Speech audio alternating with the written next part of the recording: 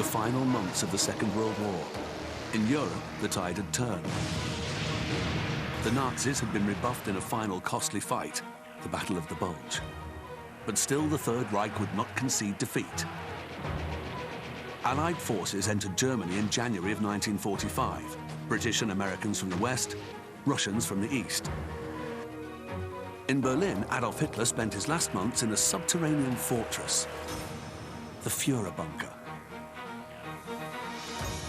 What exactly went on in Hitler's hiding place, and what did it look like?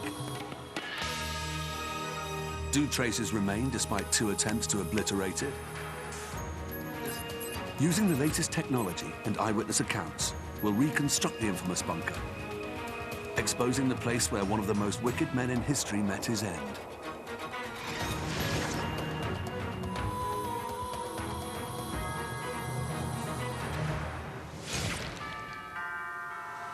Modern-day Berlin, a city united and at peace. Half a century ago, it was a different place.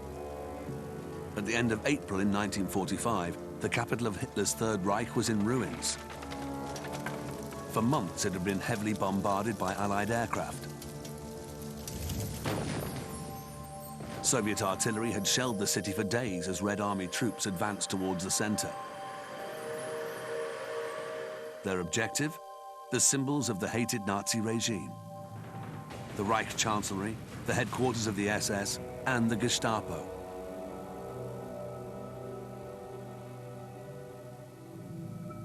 Under the rubble was the bunker where Hitler had been hiding for almost 3 months. The bunker has captured the public imagination, mainly because it was the final death rattle, grotesque death rattle of the Third Reich.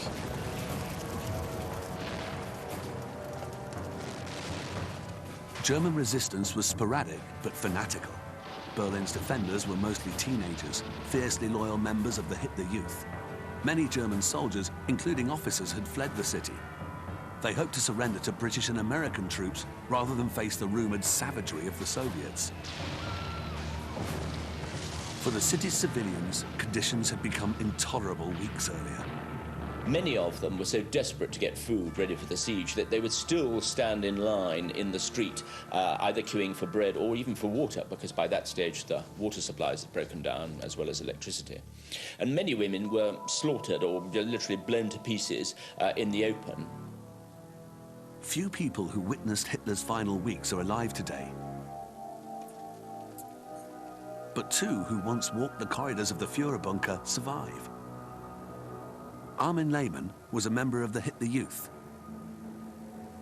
Given bicycles with bazookas strapped to them, these boys were ordered to take on huge Russian tanks. Armin was a runner.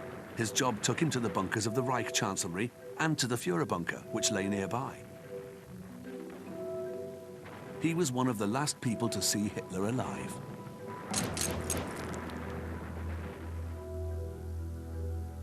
The last days, I had no conception whatsoever what time it was. Sometimes I even lost the sense if it was day or night because there was so much smoke out there. Rocker Smish was a young sergeant in Hitler's SS bodyguard detachment. He was also the bunker's telephone operator. There were civilians as well that had our telephone number, friends and acquaintances. They called us asking for help. Goebbels tried to reassure them, and I did too, that they should hold out.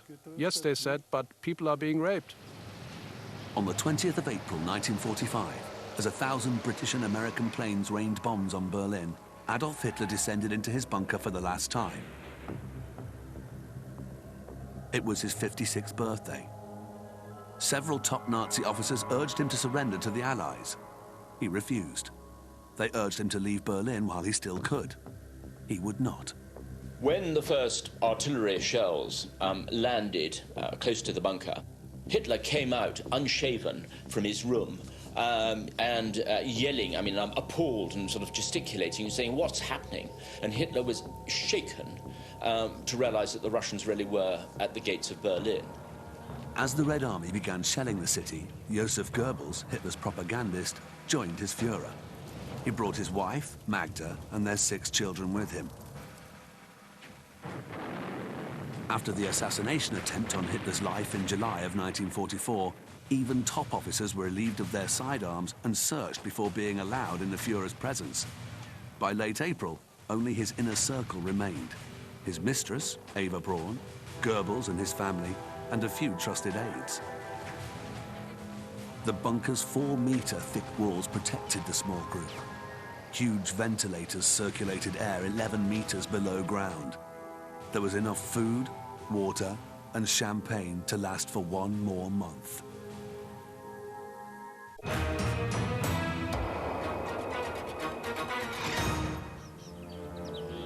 In Berlin, the secret bunkers of World War II are largely forgotten. Just occasionally, usually by accident, one comes to light. In 1990, workers were preparing a site for a concert to celebrate the fall of the wall. The Reich Chancellery and gardens had once stood on the same spot. After the wall was constructed in 1960, it became a so-called death zone, booby-trapped by East German police to discourage escapees.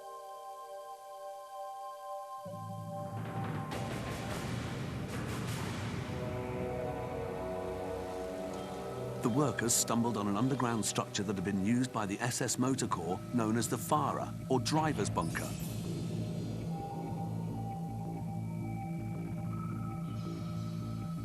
On its walls, grim pictures from the time remain.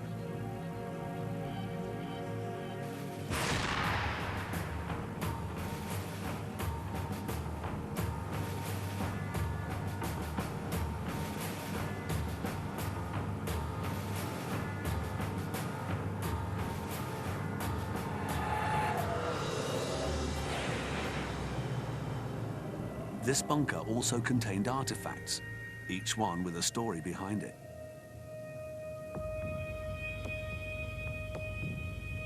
A dagger that had been worn by a member of the loyal Hitler Youth.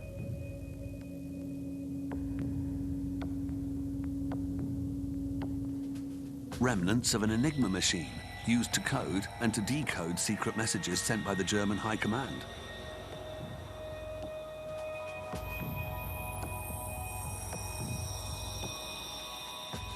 And petrol cans, perhaps those used to douse the bodies of Hitler and Eva Braun after death. The two had married in the Führer bunker less than 48 hours before their suicide.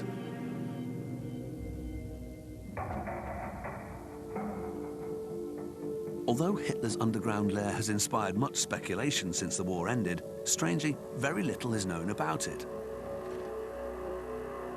Its location is unmarked, its true dimensions uncertain, but for those who experienced life there in the final weeks of the war, the memories are vivid. We heard it if a shell or a heavy bomb hit the exit tower. There was concrete, we could hear that. But otherwise we heard nothing at all. Down there it was completely quiet. A humming of ventilation, nothing more.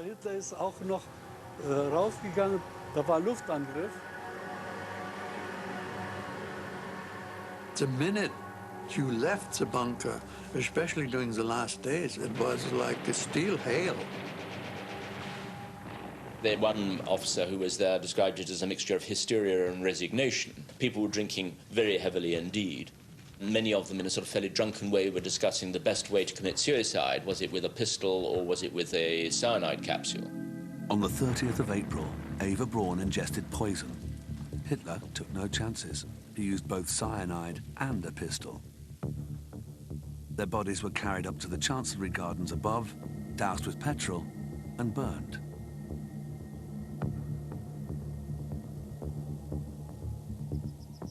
Goebbels and his wife directed an SS orderly to shoot them, but not before they'd murdered their 6 children.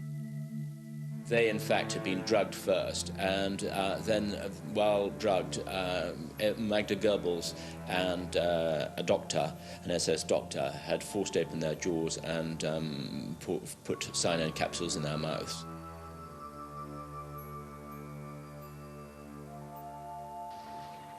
The bodies of Goebbels and his wife were burned as well. Their charred remains were found and identified by Soviet troops.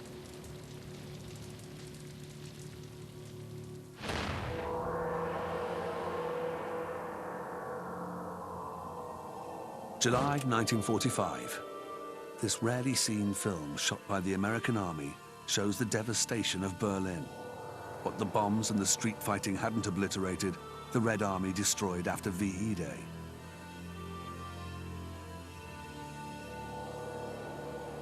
In 1947, military personnel in the Soviet zone set explosive charges in what remained of Hitler's bunker. They also razed the ruins of the Reich Chancellery next door. So it was just covered over, and nothing more was said about it. And everybody in the West had assumed that they had blown it up completely. In 1988, a year before the Berlin Wall fell, one further attempt at demolition took place, this time at the bidding of East German officials. Where is Hitler's bunker in modern Berlin?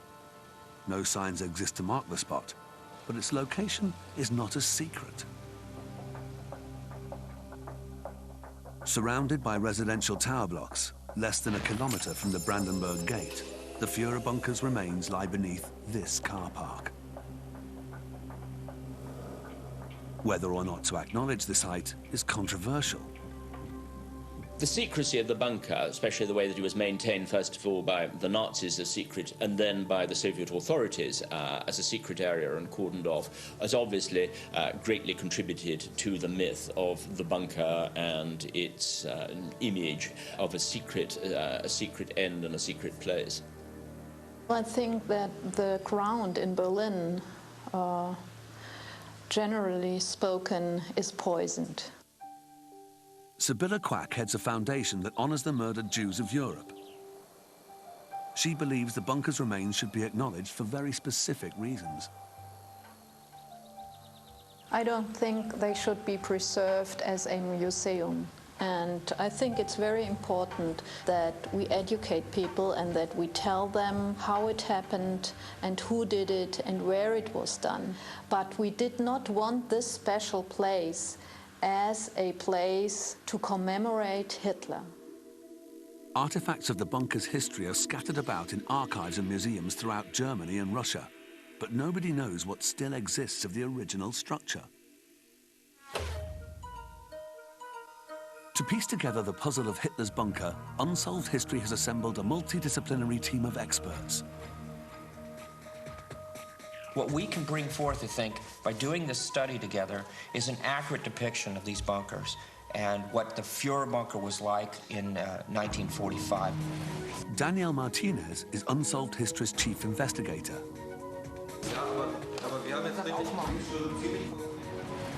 Dietmar Arnold is Berlin's leading bunker expert. The challenge is the small rest. Alfred Kerndl is the former chief of archaeology for the city of Berlin. I was responsible for magnetic measurements, which were... Gerd Plowman specializes in sonar ground mapping. Hand-drawn sketch somehow put into something concrete. Nikolai Lukov can turn data into three-dimensional images. Looks like a real thing. And Rochus Misch was one of Hitler's SS bodyguards in the bunker. Troubled by the past, he will help verify the accuracy of our reconstruction. The team will use 21st century techniques and technologies to recreate Hitler's bunker.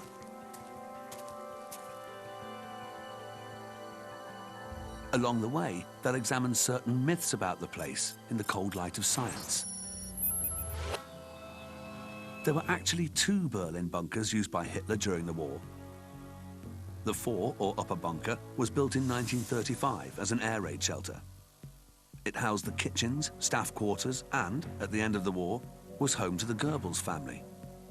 Hitler's inner sanctum, the lower, or Führer bunker, was built in 1943. The upper and lower sections were connected by a rectangular stairwell. Entry to Hitler's private rooms and personal headquarters was strictly controlled. The team hopes to learn more about Hitler's bunker by visiting other wartime bunkers beneath Berlin. The Gesundbrunnen bunker is reached through a U-Bahn entrance. As in wartime London, Berlin's underground stations served as civilian air raid shelters.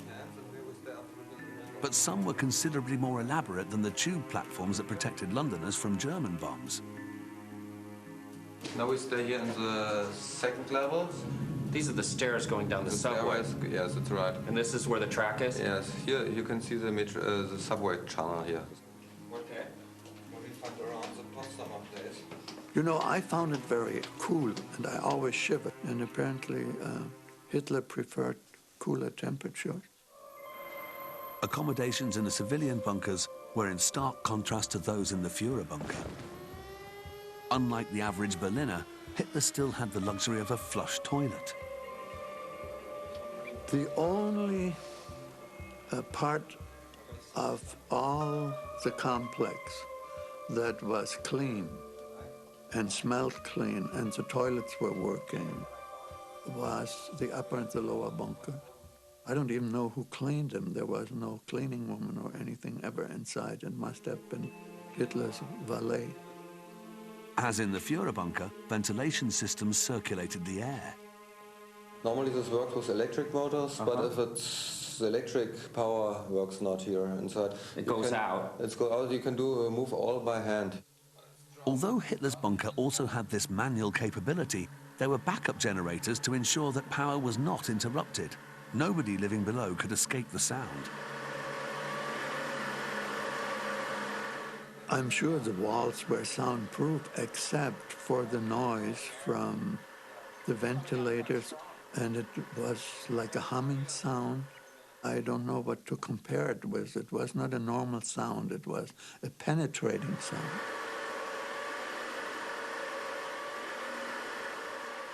The bunker was a sealed system, so air pressure needed to be maintained. And there was another unusual safety precaution. What would happen if the lights went out? We can show you. We can make the light out, if it's possible. It's illuminated color, and if I go here with a flashlight over, you can see this. You can make graffiti temporarily. That's incredible. You can see this. Always present were weapons, ready to be fired at the approaching Russians. That's a site about this one. Although there were thousands of bunkers scattered about wartime Berlin, nowhere was the concentration so dense as near the Reich Chancellery, beneath the ministerial gardens. These were designed to protect the chief agents of the Third Reich, ministers, top military officers and support staff. Albert Speer, Hitler's chief architect, was responsible for their construction. The Führer bunker was the most important and best defended of these structures. On January the 31st, 1945, Soviet tanks crossed the Oder River, the traditional frontier between Poland and Germany. No further natural boundaries remained between Stalin's army and Berlin. 3 days later, a massive Allied bombing raid forced Hitler to move his headquarters down to the bunker for good. Has anything survived the two separate attempts to obliterate the Führer bunker? Historian Dietmar Arnold and archaeologist Alfred Kerndl will survey the site. Geophysicist Gerd Plowman and an assistant are already at work with the magnetometer.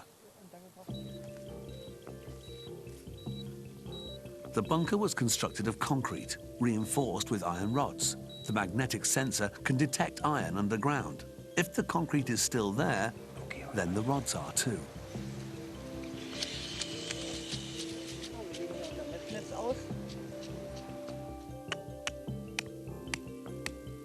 To make sure the results of this survey can be fitted accurately into city maps and records, key reference points on the grid are marked and fixed by GPS registration.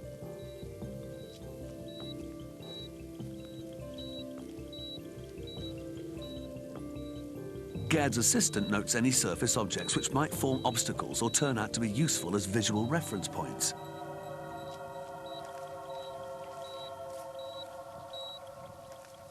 As the field is crisscrossed, measurements are taken.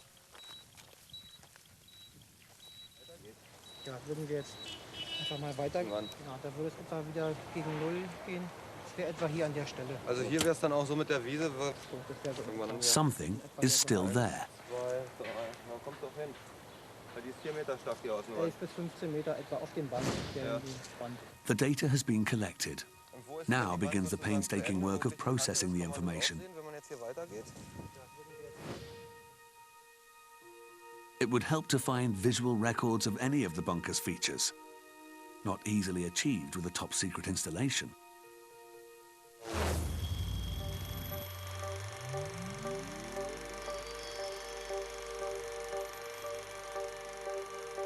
But hidden in the vaults of the National Archives in Washington, D.C. lie vital clues from the past. In this case, footage taken in Berlin in July of 1945 by an American Army cameraman.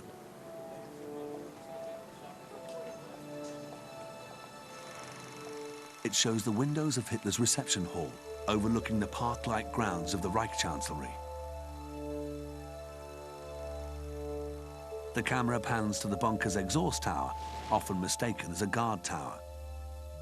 Then, a close-up of the emergency exit used to remove Hitler's body before it was burned.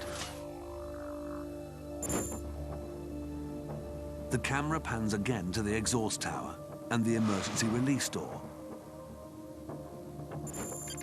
A wide shot shows the bomb damage to the Chancellery roof, and another view of the bunker's emergency exit and exhaust tower.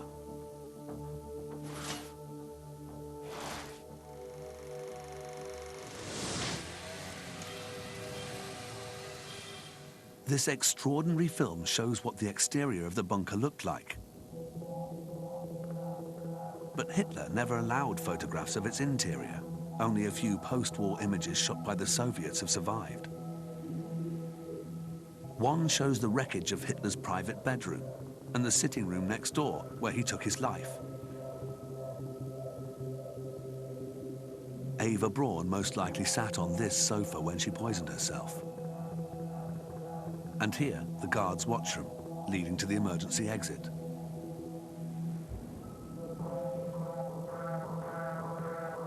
After taking these pictures, the Soviets, and later the East Germans, did their best to destroy all traces of the bunker. But, ironically, East German efforts to keep Berlin divided during the Cold War actually preserved what little remained. After the wall came down in 1989, secret files from East German archives became accessible to researchers. One of these would prove enormously helpful to our team of experts.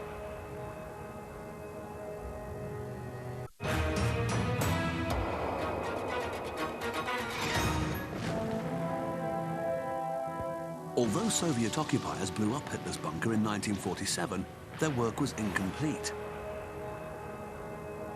Then, for 25 years, under first Russian, then East German rule, the site lay in a sort of no man's land, meters away from the dividing line between East and West Berlin.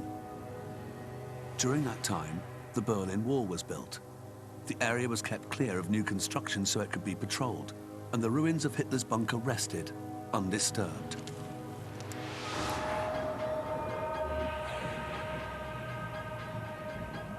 But in 1972, in an attempt to block all conceivable escape routes under the Berlin Wall, the Stasi, East Germany's secret police, sent teams down into Hitler's bunker. And they took photographs of what they found.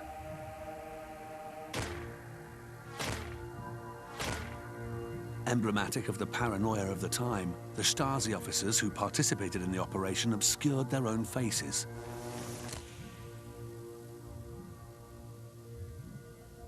But their photographs give us a sense of what the bunker's interior was like.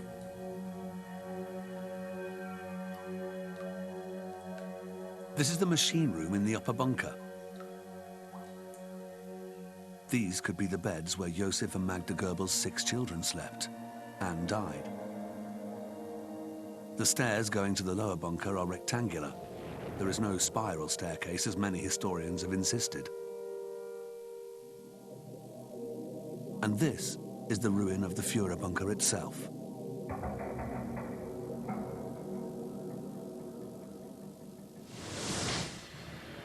The story of its construction begins in November of 1940, a time when Hitler's boast that his Third Reich would last 1,000 years was believed by many, at least in Germany. Hitler's conviction that he would prevail is always a difficult thing to say because his mind often operated on two different levels. And towards the end, a lot of German generals began to wonder whether Hitler had a fundamental sort of subconscious desire to lose. I mean, some of his decisions were so crazy and so self-destructive that his mind really did seem to be operating in a sort of contradictory fashion. Adolf Hitler's seat of power, the Reich Chancellery, was designed by Albert Speer, his favorite architect. It was leveled by the Russians after the war, but in 1940 it presented a formidable facade to any visitor. Here is where it stood. And here is the location of the Führer bunker in the ministerial garden. Attached to it, the upper or Vorbunker, built in the mid-1930s. Over here, the recently excavated driver's bunker.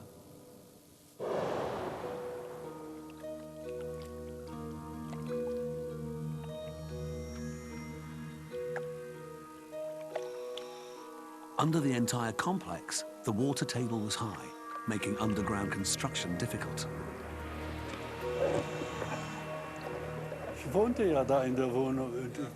I was living there. I went down the corridor and saw a huge pit was being dug by a mechanical digger. And I said, "What's that going to be? Are we getting a swimming pool?" No, they said. "We are building a bunker here." Final construction of the lower bunker began in the summer of 1943, under conditions of utmost secrecy. But a British air reconnaissance photograph taken that autumn shows signs of the secret project underway. Here is the building site. This photograph holds some of the keys to the mystery of the bunker. In a nondescript office park outside Washington, D.C., is a facility that analyzes potential military targets. This team has many years of photoanalytical experience. Now they're going to apply their know-how to the aerial photograph of Berlin from 1943.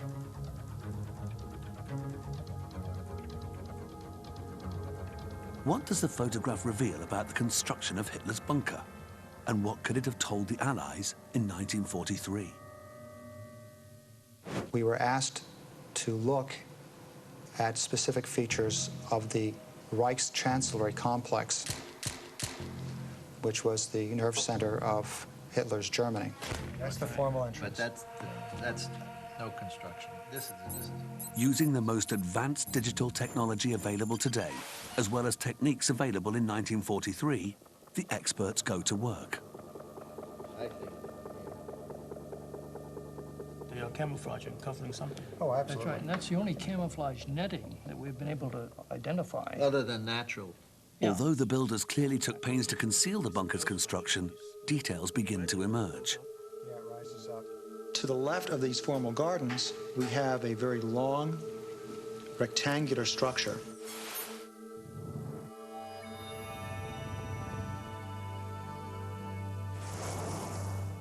Now, this is a formal gardening area again, but under stereo, it's more than what meets the eye.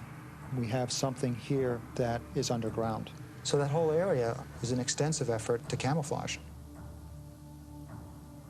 As we move further down, we can see construction activity, and here we can see distinctive shadowing. It's definitely underground construction, and then the question is, how are they removing the material? If you look with care, you'll see there's a truck, and the back end of the truck is into the structure. Definitely something going on there. The analysts believe that the bunker's construction was carefully concealed, with the excavated dirt being moved from here to here, where trucks like this one would drive it away.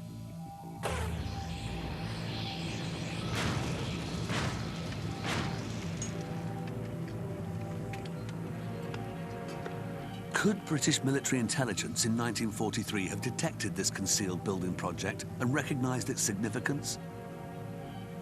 Could the RAF have targeted and destroyed the bunker and Hitler in a single go?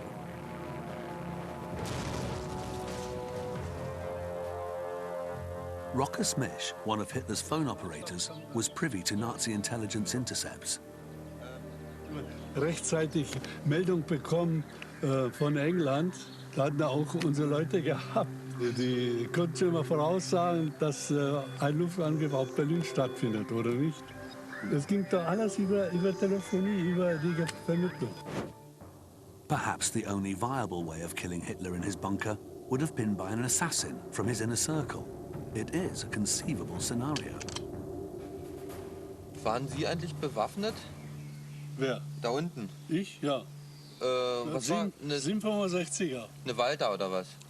Ich weiß nicht, ob es Walter eine 765er. Ja, Walter. Ja. Walter Pistole 765er. Die habe ich neben dem Vermittlerscharm durchgezogen, geladen, weil mir immer liegen gehabt. Und dann hätten Sie also als eine Art Selbstmordattentäter sozusagen, wenn Sie jetzt irgendwo wie Ben Laden... On this Waffen SS belt buckle, found in the driver's bunker, are the words, "Meine Ehre heißt Treue." My honor is loyalty.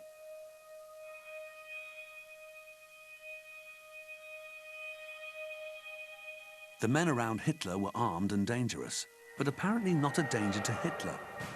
Were there other ways that Hitler could have been killed in his bunker? There were high-ranking members of the Nazi regime who had the opportunity and maybe intention to kill Adolf Hitler. People like Hitler's chief architect, Albert Speer.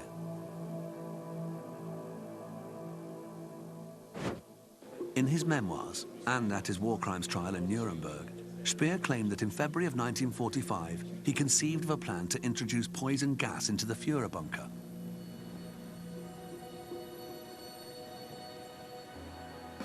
One month later, he testified, when it came time to implement his plan, a huge concrete shaft had been built, preventing him access to the vents. This claim arouses skepticism in those who were there. The bombardment was so heavy and so constant that even if he would have gone to all these intakes, he wouldn't have survived. And everybody would have noticed Speer. It has also come to light that the concrete shaft was erected before Speer conceived his alleged plan. I've always been very dubious about Speer's claim. I think that it was pretty impractical, even if it had been physically possible. And secondly, I think it was part of Speer's confused thinking at that particular time on what his real relationship was with Adolf Hitler. Evidently, Albert Speer lied about his scheme to escape the judgment of the court and of history. But other bunker mysteries remain. As his data is fed into the computer, Gerd Plowman's geomagnetic survey starts to bear fruit. He begins with a street model of Berlin in the late 1980s, when the wall still stood. We load now a picture of the buildings which were there during the war. To the wartime computer model, buildings that once stood on the spot are added. The blue lines show the buildings which were visible on the surface. Green lines line out the structures which were not visible on the subsurface. The white areas show locations with no magnetic anomalies. The red areas are magnetic hits, presumably iron rods. As the bunker's ceiling was destroyed long ago, the red corresponds to surviving walls. After transforming our data, let's zoom in now to our area of interest. Slowly, the bunker's skeleton begins to emerge. This is the final result. This is very close to the map and to the position of the Führerbunker. For the first time in decades, the exact location of the bunker complex is pinpointed. A surprising amount of the structure has survived 2 attempts to destroy it. Based on this survey and archival research, the bunker was divided like this. with wide corridors running through its chambers, surrounded by thick, bomb-proof walls.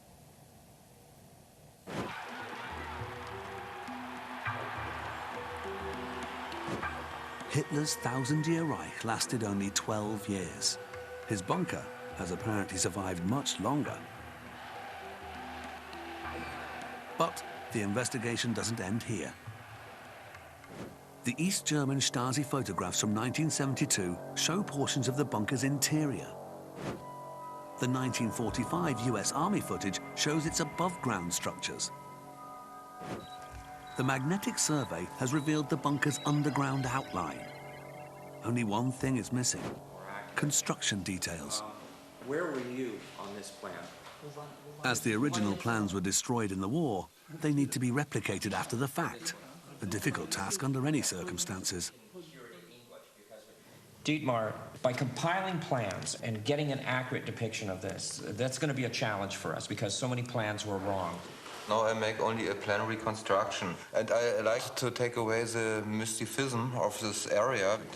I will try to recreate the bunker in 3D based on mostly Dietmar Arnold's plans and all the experience from other people we can collect. Help comes from an unexpected source. Someone caught in a tailback at the right time and place. Erhard Schroer is an artist and book illustrator. In 1988, 1 year before the Berlin Wall fell, Schroer was trying to deliver some of his artwork to the East German State Publishing House when traffic came to a halt.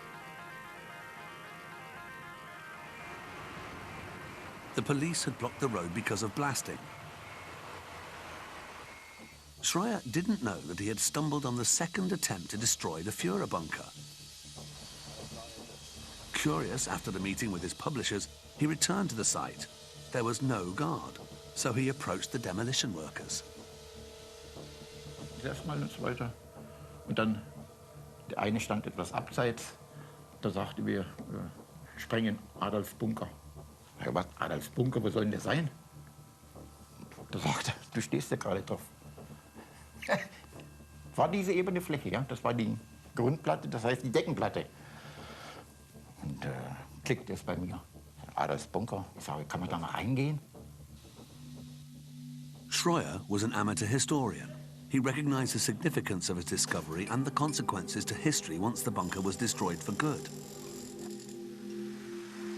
He grabbed his sketchbook and made several highly detailed drawings that fill in some of the missing details of the bunker's design.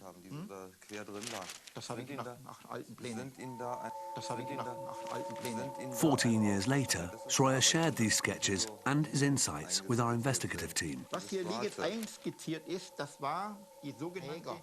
Here is the bunker's ceiling, complete with steel girders. Stahlträger. Wie dick waren die denn? Wissen Sie das? Haben Sie die zufällig gemessen? Ja, die habe ich gemessen. Es waren, glaube ich, 18 Zentimeter Höhe. 18 Zentimeter? Also ich habe sie genau gemessen. Ich ja, kann es jetzt das wäre nochmal interessant. Oder, ja, das ist nämlich auf Befehl von Hitler so gemacht worden. Aus seiner Geschichte vom Ersten Weltkrieg. Er wollte also immer... Schroer's sketches were exacting. His measurements show that the outer walls were superior to most bunkers, 4 meters thick, not 3.5 meters, as was standard at the time. Hier ist der Vorbunker und das ist der Eingang. The two corners of the bunker closest to the chancellery were cut at a 45-degree angle, probably to deflect the concussion from a bomb blast. Hier, der hier gezeigt wurde, ist diese Tür, ist dieser... This reconstruction, with the ceiling removed, shows how the rest of the lower bunker was configured. Linker Hand hinten waren die Wohnräume von Hitler und Eva Braun. Armed with these last pieces of information, Dietmar Arnold and Nikolai Lukov apply the data to their digital model. They plan to reconstruct the bunker in 3 dimensions, creating a virtual tour of the subterranean Nazi complex. The final data comes from eyewitness Rokas Misch. War da die Tür, da gruselt es mich heute noch, mit so einer Hebel, die muss man zumachen. Wie die Stahltür. Ja, so ein richtiger Hebel, unten und oben. Hier sieht man noch mal einen. Ja, ja. Once the 3-dimensional model is complete, Rocker Smish compares it to his own memories of 1945. Ja, wir gehen jetzt runter in den Hauptbunker. Ja.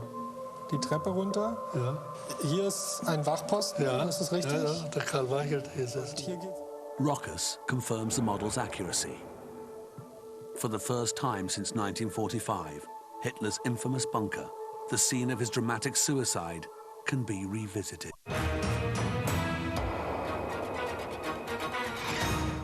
So what are we looking at here?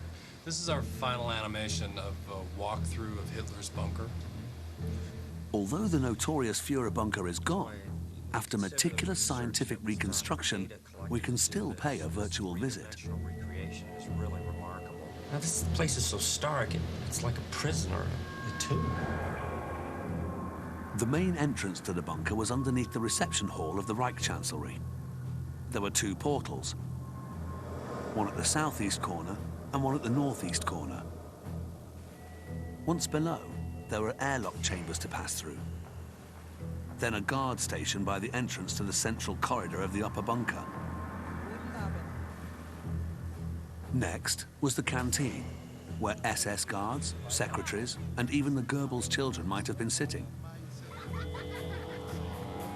On the right was the machine room. On the left, the kitchens. Proceeding on, past the Goebbels family quarters and the kitchen staff quarters, one encountered the staircase that led to Hitler's lower bunker. Here was another SS guard. Once he permitted entrance, there was a waiting room. The first room on the right was the machine room. Through a central door, one could enter either Hitler's small conference room or leave by an emergency exit. On the way to this exit was the Hunde bunker, the dog bunker, where Hitler kept his favorite Alsatian, Blondie. Through that, one would be beneath the tower in the garden, the main air outlet. Here were the stairs for the emergency exit, up which the bodies of Adolf Hitler and Eva Braun were carried to the garden to be burned. Back through these doors in the waiting room, one can enter Hitler's private chambers. First was this workroom, and finally, his private study. Off that was Hitler's bedroom. Through its doorway, one can look back towards the study, where Hitler and Eva Braun ended their lives.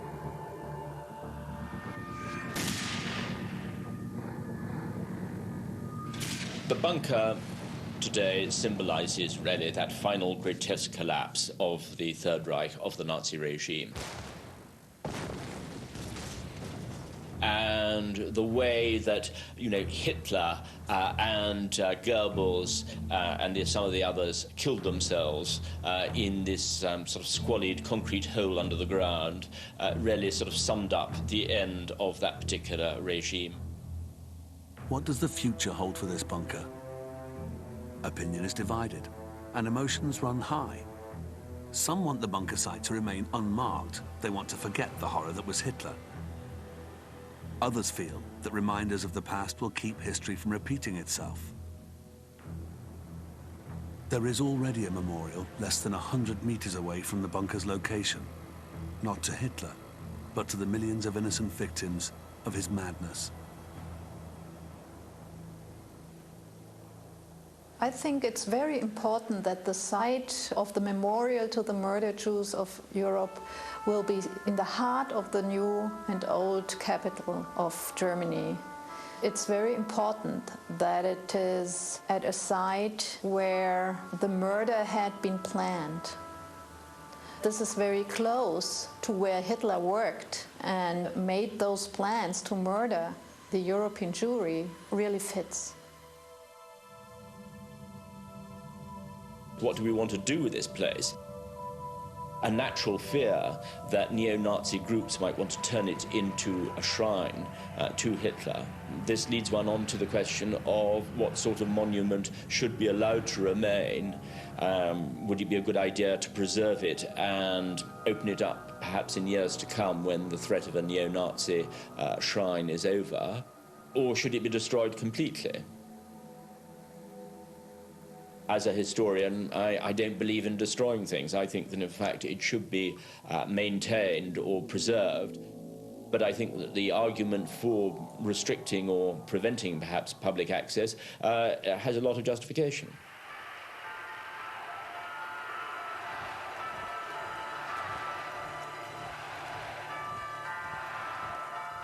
The real Nazis, they know where the bunkers are.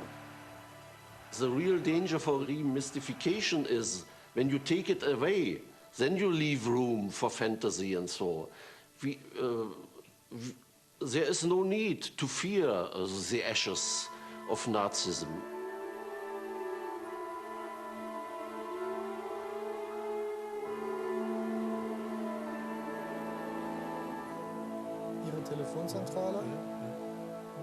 This virtual journey through Hitler's bunker has come about through the combined efforts of experts from many fields. It answers several questions over which historians have puzzled since the end of the Second World War. But the biggest questions of all remain. How could the man who died a coward's death in his underground hiding place have gained so much power?